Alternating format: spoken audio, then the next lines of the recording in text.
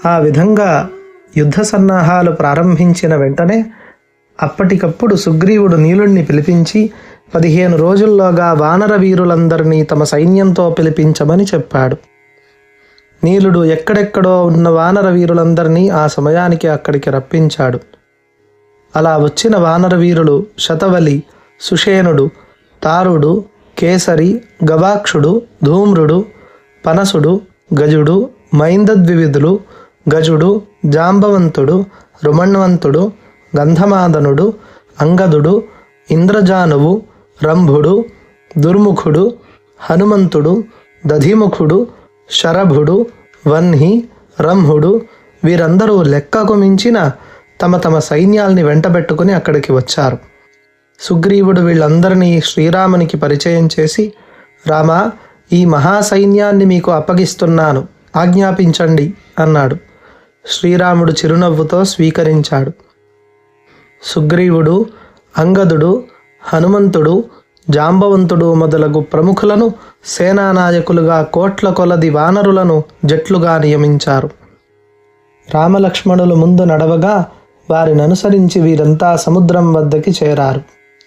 రావణుడు మంత్రులందరినీ పిలిపించి వారితో ఒక కోతి వచ్చి లంకను శ్మశాన వాటికగా మార్చేసి అవలీలగా సముద్రం దాటి వెళ్ళిపోయింది. ఇప్పుడు ఆ కోతి రామలక్ష్మణుల్ని తీసుకొని వానర సైన్యంతో సహా రాక మానదు. వాళ్లను ఏ విధంగా జయించాలి అని అడిగాడు. అప్పుడు మంత్రులు, రావణేశ్వర, 14 లోకాలను జయించిన నీవేనా ఇలా మాట్లాడుతున్నది? అజేయ పరాక్రమశాలివైన నిన్ను ఈ పనికిమాలిన కోతులు, నరులు జయించగలరా అని మంత్రులు అంటూ ఉండగా రావణుని తమ్ముడు విభీషణుడు లేచి, అన్నా, ఒక్క వానరుడే ఇంత అనర్థం కలుగజేసినప్పుడు ఆ వానర మూక మొత్తం ఒకేసారి మన మీదకు వస్తే మనం ఏం చెయ్యాలి? తప్పు మనలో ఉన్నది కనుక మనం శిక్ష భరించక తప్పదు. ఈ లంకానగరమంతా సర్వనాశనం కాకముందే సీతను శ్రీరాముడికి అప్పగించటం మంచిదని నా అభిప్రాయం. నాకు తోచినది నేను చెప్పాను. సర్వధర్మాలు తెలిసిన వాడవు, నీకొకరు చెప్పాలా? తర్వాత నీ ఇష్టం అని కూర్చున్నాడు.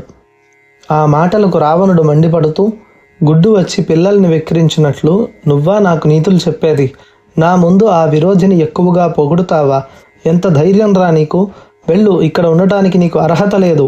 నేటి నుండి నీకు లంకారాజ్య బహిష్కరణ కావిస్తున్నాను అంటూ ఒక్క తన్ను తన్నాడు. వెంటనే విభీషణుడు లేచి, అన్నా, ఈనాడు మంచి చెప్పినా సరే తలకెక్కలేదు. రామబాణాలు శూలాల వలె గుండెల్లో దిగిన నాడు గాని నీకు తెలియదు. చేతులు కాలిన తరువాత ఆకులు పట్టుకున్నా ప్రయోజనం ఉండదు అంటూ ఆకాశ మార్గాన వెళ్ళి శ్రీరాముని శరణు కోరాడు. శ్రీరాముడు విభీషణుడికి అభయమిచ్చాడు. సుగ్రీవునకు అది నచ్చలేదు. ఏదో కుట్ర అనుకున్నాడు. అప్పుడు హనుమంతుడు ముందుకు వచ్చి విభీషణుడి గురించి సుగ్రీవుడికి చెప్పగా అతను సరేనన్నాడు. రాముడు విభీషణుణ్ణి చేరదీసి, భయపడకు, నిన్ను ఇప్పుడే లంకానగరానికి రాజుగా అభిషేకిస్తున్నానన్నాడు. ఆ మాటలకు నవ్వుతూ సుగ్రీవుడు, రామచంద్ర, ఒకవేళ రావణుడు కూడా వచ్చి శరణు కోరితే ఏం చేస్తావు అని అడిగాడు.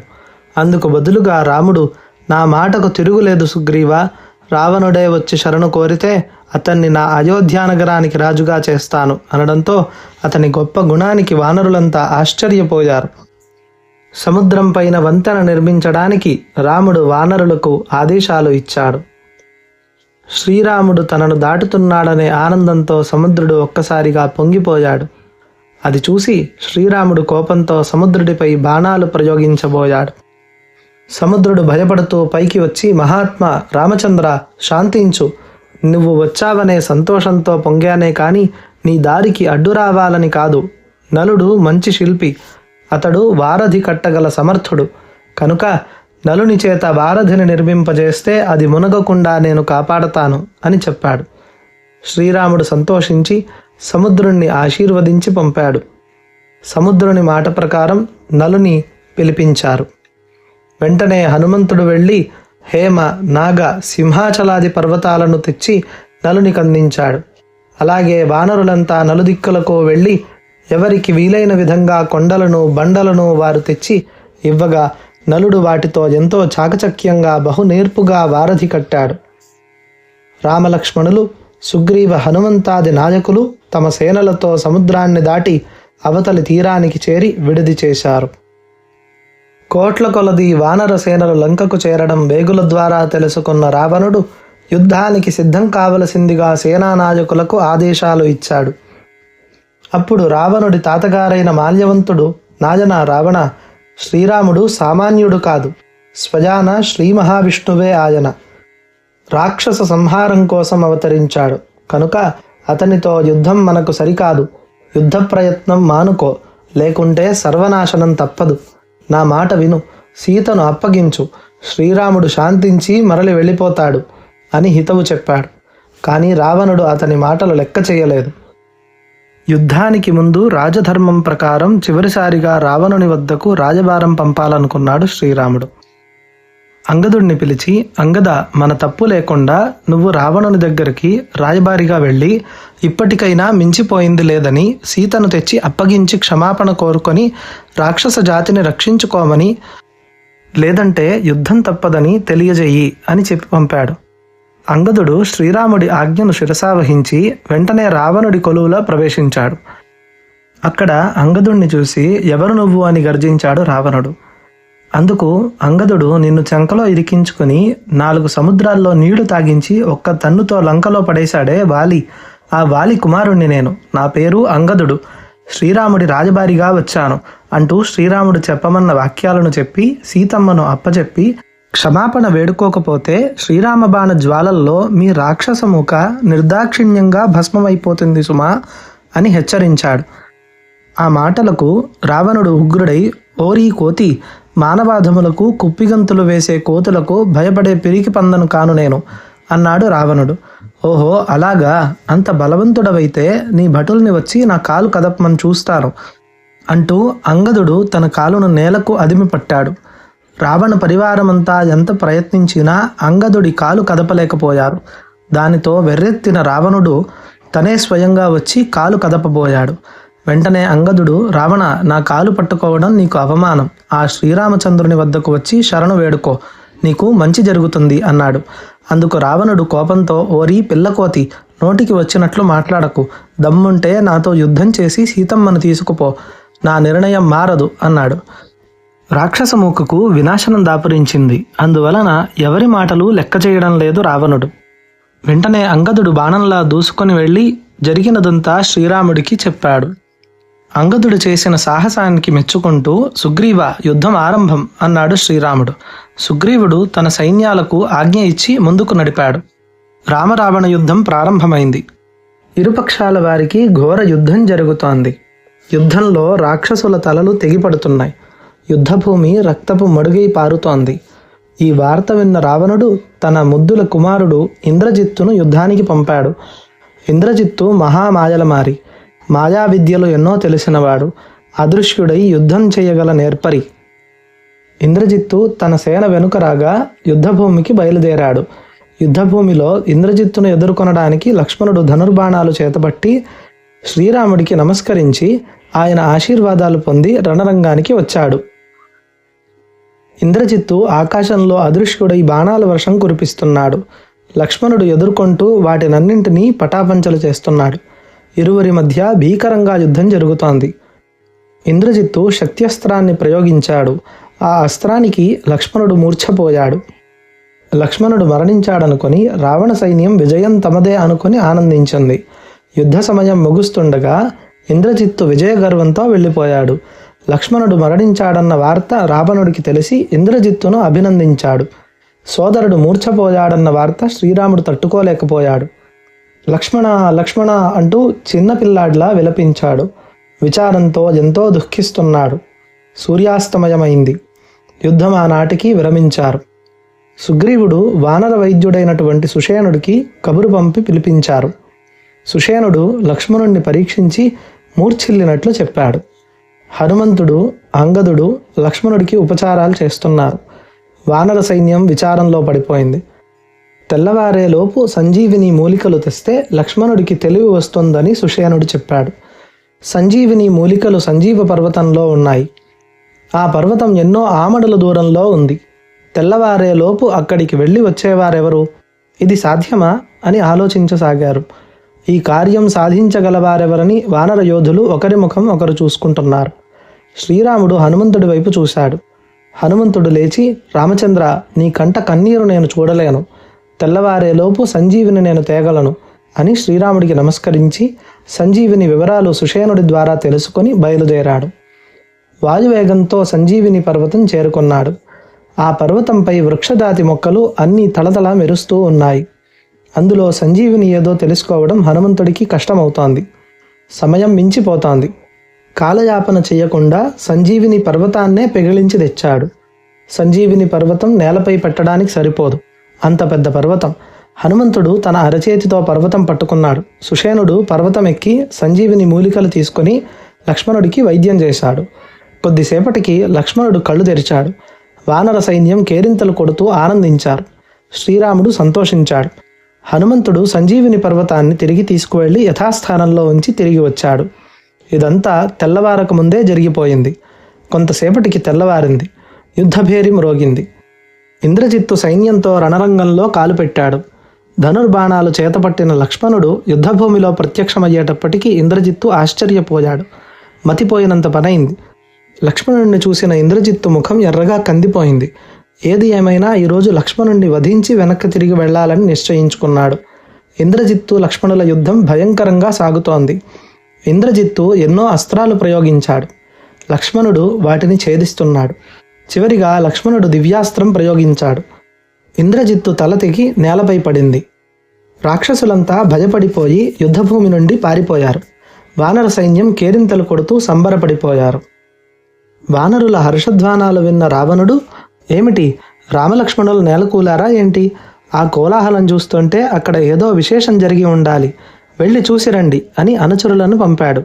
వారు తిరిగి వచ్చి విషయం తెలుపగా రావణుడు క్షణం నిర్ఘాంతపోయాడు. ధూమ్రాక్ష, ఇంద్రజిత్తు బాణాలు కూడా వ్యర్థమయ్యాయంటే నాకు సంశయం కలుగుతోంది. నువ్వు వెళ్ళి ఆ రామలక్ష్మణుల్ని వానరసేనను హతమార్చిరా అన్నాడు రావణుడు.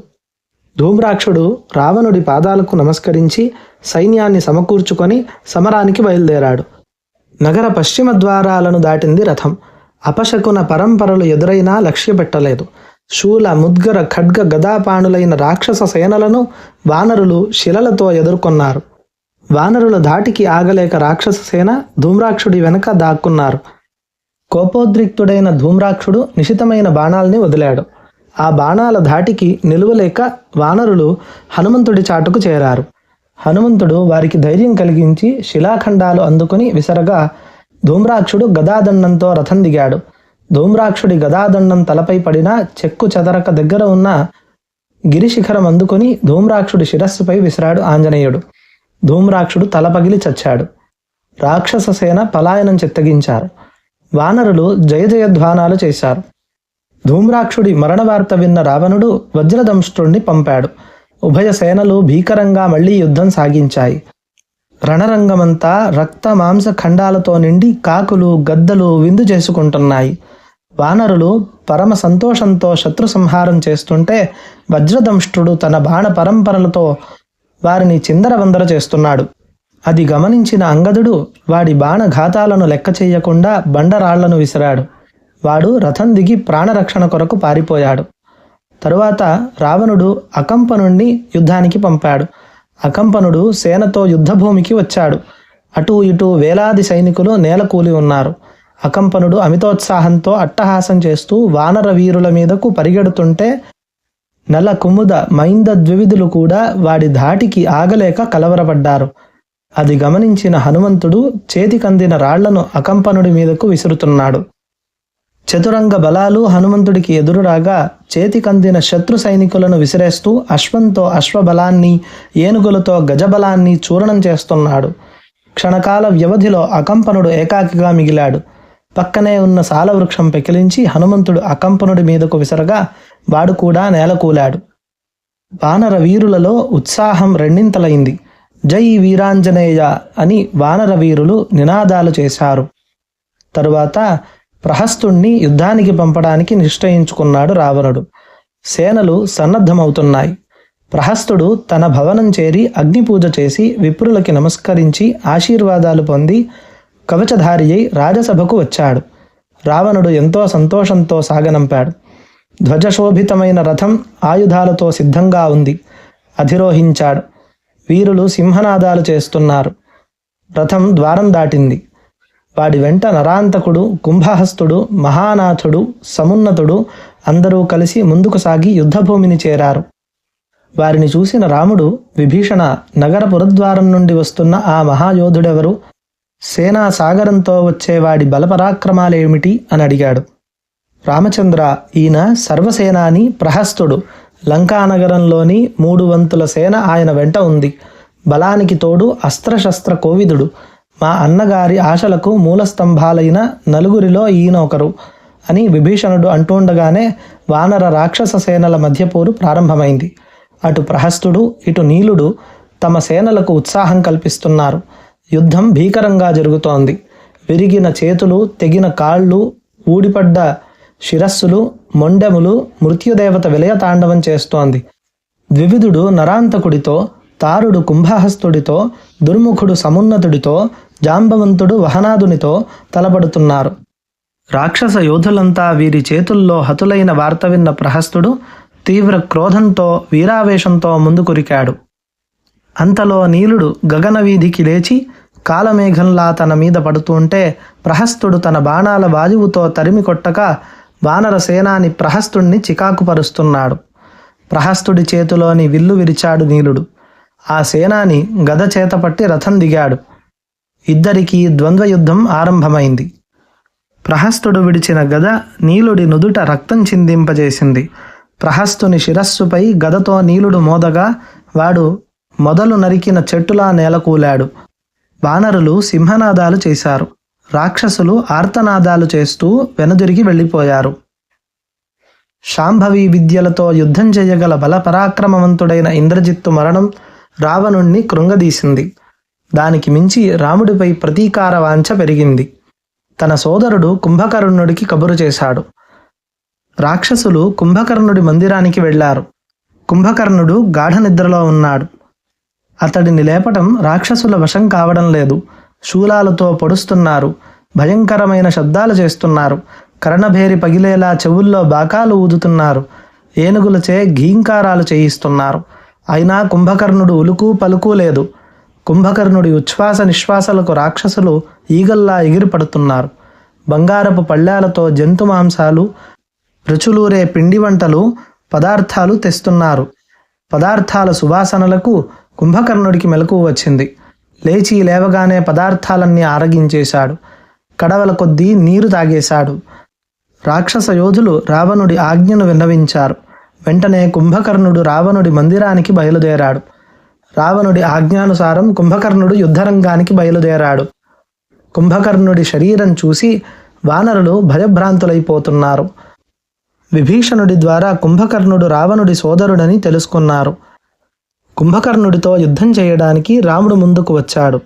1000 ఏనుగుల బలం కలిగిన మహాకాయుడు కుంభకర్ణుడు. అతడి కాళ్ల కింద పడి వానరులు చీమల్లా మరణిస్తున్నారు. యుద్ధభూమిలో కుంభకర్ణుడు కదులుతుంటే మహాపర్వతం కదులుతున్నట్లుంది. వేలాది వానరులు కుంభకర్ణుడి కాలి కింద పడి మరణించారు. వానర వీరులు కుంభకర్ణుడి విజృంభణకు బెంబేలెత్తిపోతున్నారు. వారిలో నిరుత్సాహం స్పష్టంగా కనిపిస్తోంది. వానరసేన నిరుత్సాహపడక ముందే కుంభకర్ణుణ్ణి వధించాలని వెంటనే రాముడు బ్రహ్మాస్త్రం ప్రయోగించాడు. బ్రహ్మాస్త్ర ప్రయోగానికి కుంభకర్ణుడు ఒక పర్వతం కూలినట్లు నేలపై కూలాడు. అతని కింద పడి మరికొంతమంది రాక్షసులు మరణించారు. వానర సైన్యం శ్రీరామచంద్రమూర్తికి జై అనే నినాదాలు చేశారు. జయ జయ ధ్వానాలు మిన్నుముట్టాయి. లంకాపురి యోధులంతా నేల కొరిగారు. తలలు తెగిన మొండాలతో గజబలము, అశ్వబలము నాశనం కాగా యుద్ధభూమి రక్తపు మాంసపు ముద్దలతో నిండిపోయింది. అంతఃపురంలోని కాంతలు బోరున విలపిస్తున్నారు. కుంభకర్ణుడు, ఇంద్రజిత్తు లాంటి మహాయోధులు మట్టి కరిచిపోయారు. రామలక్ష్మణుల ధాటికి లంకాపురి యోధుల జవసత్తువలు సన్నగిల్లుతున్నాయి. యుద్ధ విశేషాలు తెలుసుకున్న రావణుడు తోకతొక్కిన త్రాచులా ఉగ్రుడై తానే యుద్ధభూమికి వెళ్ళడానికి నిర్ణయించుకొని యుద్ధానికి రథం సిద్ధం చేయండి అని సేవకుణ్ణి ఆజ్ఞాపించాడు. ఆ మాటలు విన్న మండోదరి శోకదేవతగా రోదిస్తూ రావణుని సమీపిస్తూ, స్వామి, నా మాట వినండి. శ్రీరాముడు అవతార పురుషుడని అందరూ అంటుంటే విన్నాను. 1000 ఏనుగుల బలం కలిగిన వాడు, వేలాది మందిని తన చేతులతో అంతమొందించగల బలశాలి. మీ సోదరుడు కుంభకర్ణుడు, మన ఇంద్రజిత్తు మొదలగు యోధులంటేనే దేవేంద్రుడు, దేవతలు కూడా భయపడి పారిపోతారు. అలాంటి వారినే సునాయాసంగా ఎదురించి సంహరించారు. వారితో మనకెందుకు తగవు? ఇప్పటికైనా సీతను శ్రీరాముడికి అప్పగించి యుద్ధమును ఆపేయండి. పరకాంతలను చెరపట్టి తెచ్చి బంధించారు కనుకనే ఈ స్థితికి చేరుకున్నాము. సిరి సంపదలతో కలకల్లాడుతున్న లంకాపురము శ్మశానంగా మారింది. నా మాట వినండి, నా మాంగల్యం నిలపండి అని ఎంతో ప్రాధేయపడింది. ఆ మాటలు విన్న రావణుడు వికటంగా నవ్వుతూ, మండోదరి, మరణించిన వారితో నన్ను పోల్చావా? లంకాపురి వీరులందరూ ఒక ఎత్తు, ఈ లంకేశ్వరుడు ఒక ఎత్తు. పలుమార్లు ఇంద్రాది దేవతలను స్వర్గం నుండి తరిమి కొట్టిన నాకు ఎదురు నిలిచి యుద్ధం చేయగల వీరులు ఈ భూప్రపంచంలోనే లేరు. నా శక్తియుక్తులు నీకు తెలియదు. మానవ మాతృడైన ఆ రాముడికి సీతను అప్పగించి రాముని శరణు వేడమని చెప్పడం విడ్డూరంగా ఉంది. ఆ రాముడు నా కాలిగోటితో సమానం. నా వీరత్వానికి ఎదురు లేనే లేదు. నేనంటే మృత్యువుకే భయం. ఈ వీరాధివీరుడు ఎవరు చెప్పినా వినడు అంటూ యుద్ధభూమికి బయలుదేరాడు. రావణుడు వేల సైన్యంతో, ఆవేశంతో, రోషంతో యుద్ధరంగానికి వచ్చాడు. శ్రీరాముడు రావణుణ్ణి చూసి యుద్ధభూమిలో ముందుకు నడిచాడు. రావణుడు రథంపై నిలబడి రాముని చూసి మీసం మెలివేశాడు. శ్రీరాముని ఎదుట రావణుడు పర్వతంలా నిలబడి ఉన్నాడు. ఇద్దరి మధ్య యుద్ధం మొదలైంది. శ్రీరాముడు నేలపై నిలిచి బాణాల వర్షం కురిపిస్తున్నాడు. రావణుడు వాటిని ఛేదిస్తున్నాడు. సర్వలోకాలు, దేవతలు, మునులు ఆశ్చర్యంతో యుద్ధాన్ని చూస్తున్నారు. ఇంద్రుడు రాముని కోసం ఇంద్రరథాన్ని పంపాడు. రథం యుద్ధభూమిని చేరింది. రథంపైనున్న మాతలి, రామచంద్ర, దేవేంద్రుడు పంపిన ఈ రథం అధిరోహించు. ఇందులో దివ్య చాపము, బాణ కవచ తూణీర శక్తి మొదలగు ఆయుధాలున్నాయి. వీటితో శత్రు సంహారం సాగించు. ఇది దేవేంద్రుడి ఆజ్ఞ అన్నాడు మాతలి. శ్రీరాముడు రథానికి ప్రదక్షిణ నమస్కారాలు చేసి రథం అధిరోహించాడు. ఇద్దరి మధ్య భయంకర యుద్ధం సాగుతోంది. రావణుడు గాంధారాస్త్రం వదిలాడు. రాముడు దానిని చల్లబరిచాడు. లంకేశ్వరుడు రాక్షసాస్త్రం వదిలాడు. విషజ్వాలలు కక్కుతూ సర్పాలు శ్రీరాముణ్ణి చుట్టుముట్టాయి. వాటిని గరుడాస్త్రంతో మట్టి కర్పించాడు. అప్పుడు రావణుడు త్రిశూలం అందుకొని సింహగర్జన చేస్తూ విసిరాడు. శ్రీరాముడు శక్తి బాణంతో దానిని ముక్కలు ముక్కలుగా చేశాడు. రాముని బాణాల ధాటికి రావణుడి ఉత్సాహం సన్నగిల్లింది. నీరసంగా కనిపించాడు రావణుడు. అది గమనించిన రథసారథి యుద్ధభూమి నుండి కొంత దూరానికి తీసుకువెళ్ళాడు. ఆ సమయంలో శ్రీరాముడికి అగస్త్య మహర్షి ఉపదేశించిన ఆదిత్య హృదయం గుర్తుకు వచ్చింది. వెంటనే భక్తితో రాముడు 3 సార్లు ఆదిత్య మంత్రం జపించాడు. రాముడు కోటి సూర్యకాంతుల శోభతో యుద్ధభూమిలో ఉన్నాడు. రావణుడు ఎదురు వచ్చాడు. ఇద్దరి మధ్య యుద్ధం ప్రారంభమైంది. ఇద్దరూ తమ తమ శక్తులతో పోరాడుతున్నారు. రామబాణం రావణ రథధ్వజాన్ని ఖండించింది. రావణాసురుడు వేసే బాణాలను శ్రీరాముడు చిరునవ్వుతో ఎదుర్కొంటున్నాడు. యుద్ధం భయంకరంగా సాగుతోంది. శ్రీరాముని బాణం తగిలి రావణుడి శిరస్సు ఒకటి నేలపై పడింది. వెంటనే మరొక శిరస్సు పుట్టుకొచ్చింది. అలా ఎన్నిసార్లు శిరస్సును ఛేదించినా అది మరలా పుడుతూ ఉంది. అది గమనించిన శ్రీరాముడు మనస్సులో బ్రహ్మాస్త్రాన్ని ధ్యానించి బాణం ఎక్కుపెట్టి బ్రహ్మాస్త్రాన్ని రావణుడి మీదకు వదిలాడు. అది మేరు పర్వతాల తోరణంలాగా ఆకాశమంత రూపంతో, మహాజ్వాలారూపంతో మంటలు కక్కుతూ మహావేగంతో వచ్చి రావణుడి గుండెలను చీల్చి వెన్ను నుండి బయటకు వచ్చి శ్రీరాముడి అమ్ముల పొదిలో చేరింది. రావణుడు బ్రహ్మాస్త్రం ధాటికి పర్వతంలాగా నేలకొరిగాడు. వానరుల జయ జయ ధ్వానాలు మిన్నుముట్టాయి. సూర్యుడు కాంతిహీనుడైనట్లుగా, చంద్రుడు క్షీణించినట్లుగా విర్రవీగిన రావణాగ్ని రామప్రతాప వర్షానికి చల్లారింది. మహావీరుడు, గొప్ప తపశ్శాలి అయిన అగ్రజుడు రణరంగంలో రక్తసిక్తమైన భూమి మీద పడి ప్రాణాలు వదలడం విభీషణుడి మనస్సు దుఃఖసాగరమైంది. శ్రీరాముడు విభీషణుణ్ణి సమీపించి, మిత్రమా, క్షత్రియుడు ఎప్పుడో ఒకనాడు యుద్ధరంగంలో మరణించాల్సిందే. మీ అన్న క్షత్రియ ధర్మం పాటించి వీరస్వర్గం పొందాడు. విచారించి లాభం లేదు. అంత్యక్రియలకు ఏర్పాట్లు చేయి అని చెప్పాడు. సరేనన్నాడు విభీషణుడు. రావణుడి మరణ వార్త లంకకు చేరింది. రావణుడి భార్య మండోదరి గుండెలు బాదుకుంటూ రణరంగానికి వచ్చి రావణుడి మృతదేహం మీద పడి బోరున విలపించింది. విభీషణుడి పట్టపురాణి మరియు రాక్షస స్త్రీలు సీతకు మంగళ స్నానాలు చేయించి శ్రీరాముని ముందు నిలబెట్టారు. సీతాదేవి శ్రీరాముడికి పాదాభివందనం చేసింది. ఇరువరి కళ్ళు చెమర్చాయి.